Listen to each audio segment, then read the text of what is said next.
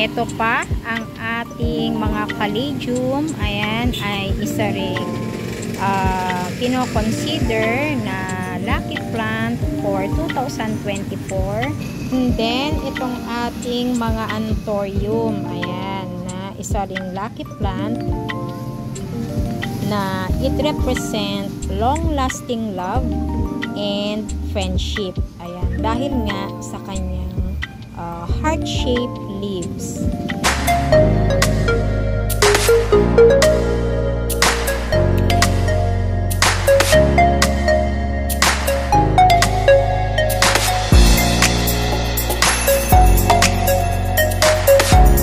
Hi guys, good day and welcome back to my channel. So for today's video ay aking ibabahagi naman itong mga lucky plants na meron ako dito sa aking munting hardin na pasok pa rin ngayong 2024.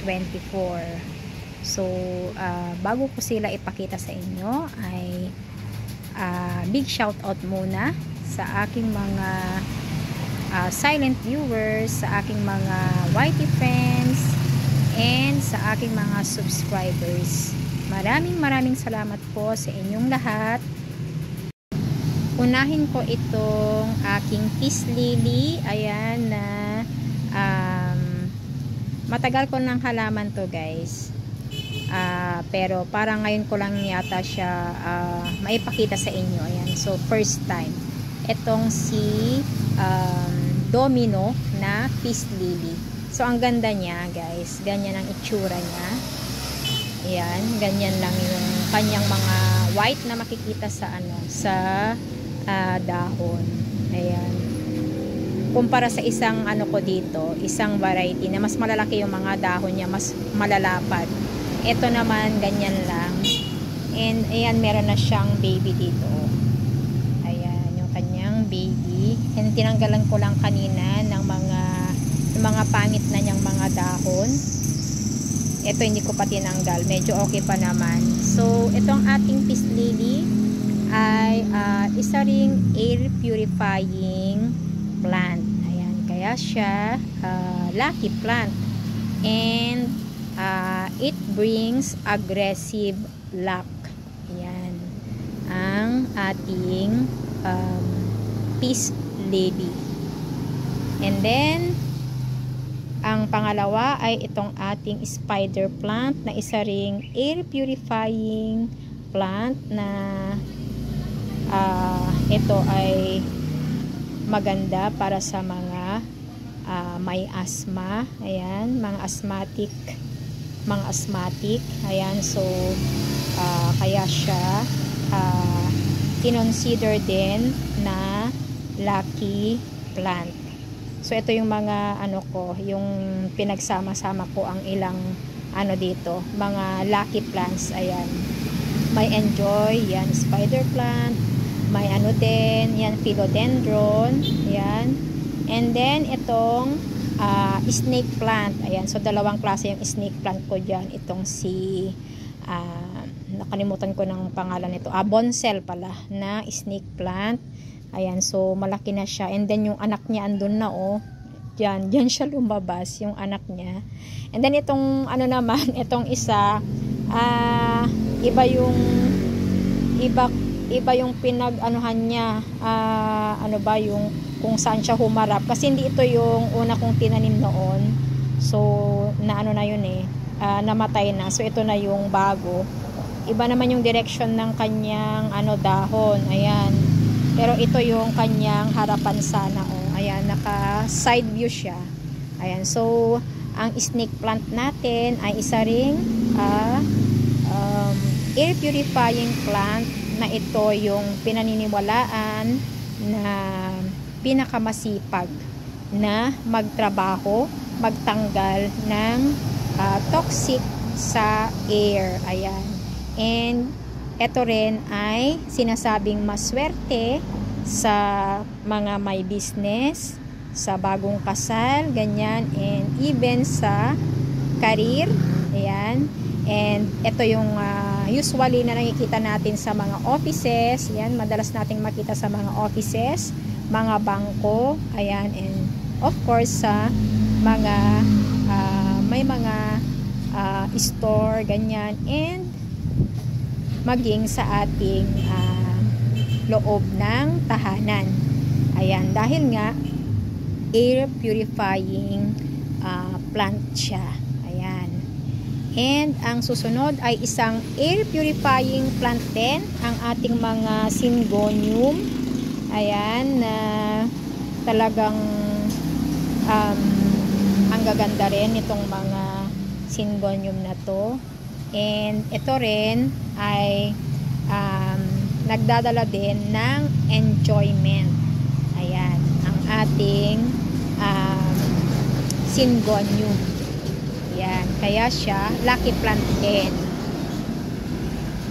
Ito rin ang ating mga bromeliad na aside sa makulay, magagandang kulay nila, colorful sila, ay isa ring lucky plant. Ayan, na it brings joy, success, and hope. Ayan. So, kaya siya lucky plant. So, yung itong sa akin naman ay ano lang to, yung ordinary lang guys, pero para sa akin maganda na siya. Maganda rin naman siya, lalo na kapag ayan, nilabasan din siya ng color. O, ayan. So, ayan pa lang yung lumabas na color niya kasi hindi naman siya ngayon anong naiinitan dito sa aking munting hardin dahil nga nag-iba na naman ang direksyon ng init. Ayan, ito oh, may anak na siya oh, ulit. Ayan oh, may baby siya. Ayan, so yan din yung isa nating lucky plant dito sa aking mga collection na nandito sa aking munting hardin. And then, itong ating mga anthurium. Ayan, na isa ring lucky plant na it represent long-lasting love and friendship. Ayan, dahil nga sa kanyang heart-shaped leaves. Ayan, kaya siya kino-consider din na lucky plant. Ayan, so ito yung bago niyang ano ngayon, oh, bago niyang dahon. Kaya lang medyo ano ngayon, hindi maganda yung pagka-heart shape niya, oh. Ayan. Pero okay lang. Ayan, ang laki na niya. Meron pang ilalaki ito. Ayan. Maabutan niya itong isa, oh. Ito. Pero ito, ayan, mas perfect yung kanyang pagka-heart shape. Ito yung aking Clarinervium na anthurium. Ayan. Ito pa, ang ating mga Caladium. Ayan, ay isa ring kino-consider na lucky plant for 2024. Aside sa kanilang makulay na mga dahon, ay lucky plant din sila na associated with growth, new beginnings, and abundance. Ayan, kaya siya lucky plant. So, ito lang yung tanging ano ko, Caladium ko na hindi nag-dormant. Ayan. At least kahit patatlo yung kanyang dahon, ay ayan, buhay siya. Hindi siya nag-dormant. Ito pa, ang ating golden pothos na pinaniniwalaan ng mga Chinese na mas naghahatid ng swerte, na mas nakaka-attract ng pera dahil sa mga yellow sa kanyang dahon. Ayan, ay it represent gold coins, kaya siya yung mas maswerteng variety ng pothos. Ayan. Yan, ang lalaki na ng mga dahon niya. So, talagang giant to na binigay ng aking ninang. And, ayan, ang haba na nga niya eh. Kailangan ko na siyang ayusin. Ayan. Kapag may time, aayusin ko siya. Ito rin ang ating mga calathea or prayer plant. Isa ring kasali sa lucky plant for 2024.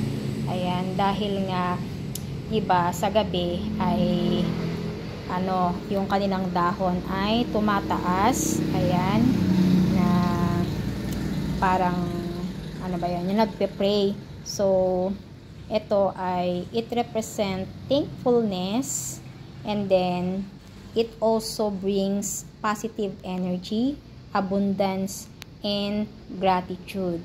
Ayan, kaya siya lucky plant. Ayan. So malapit na itong magtumaas itong mga mga dahon nila. Kasi anong oras na ba? 3:00 pa lang ata to. Ayan. So malapit nang tumaas itong mga dahon niya, mga dahon nila.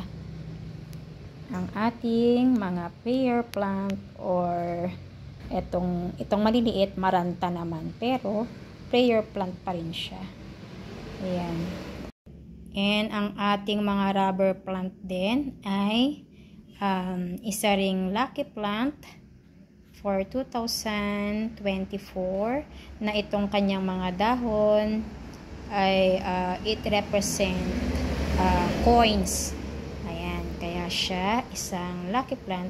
So yearly naman itong rubber plant ay lucky plant siya, diba guys?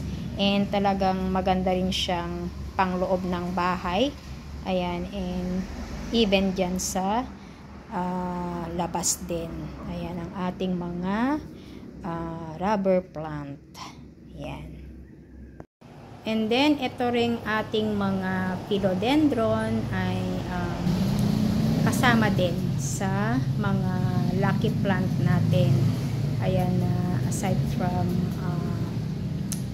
madali silang alagaan, ay lucky plant din sila dahil nga sila ay naghahatid din ng positive energy sa atin. Ayan, kaya lucky plant din sila. Ayan. So ito naman yung nilalagay ko dito sa loob ng bahay. Itong aking variegated burl marks. Ayan, or kung minsan kahalili niya si Anthurium magnificum.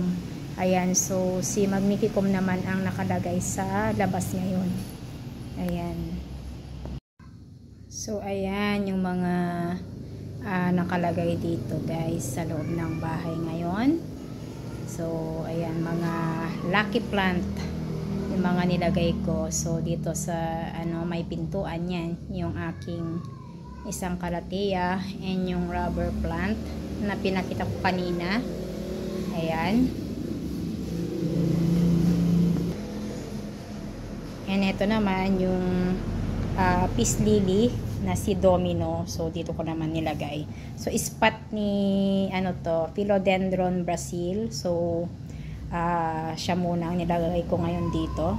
Itong aking peace lily. Ayan, na air purifying plant. And then dito sa may naman, dito sa may packet na dito sa hagdanan, ito spot talaga ni Mycans yan. So dyan ko siya nilalagay. And kung nilalabas ko siya para diligan, si naman ang nilalagay ko dyan, si Marble Queen. Ayan.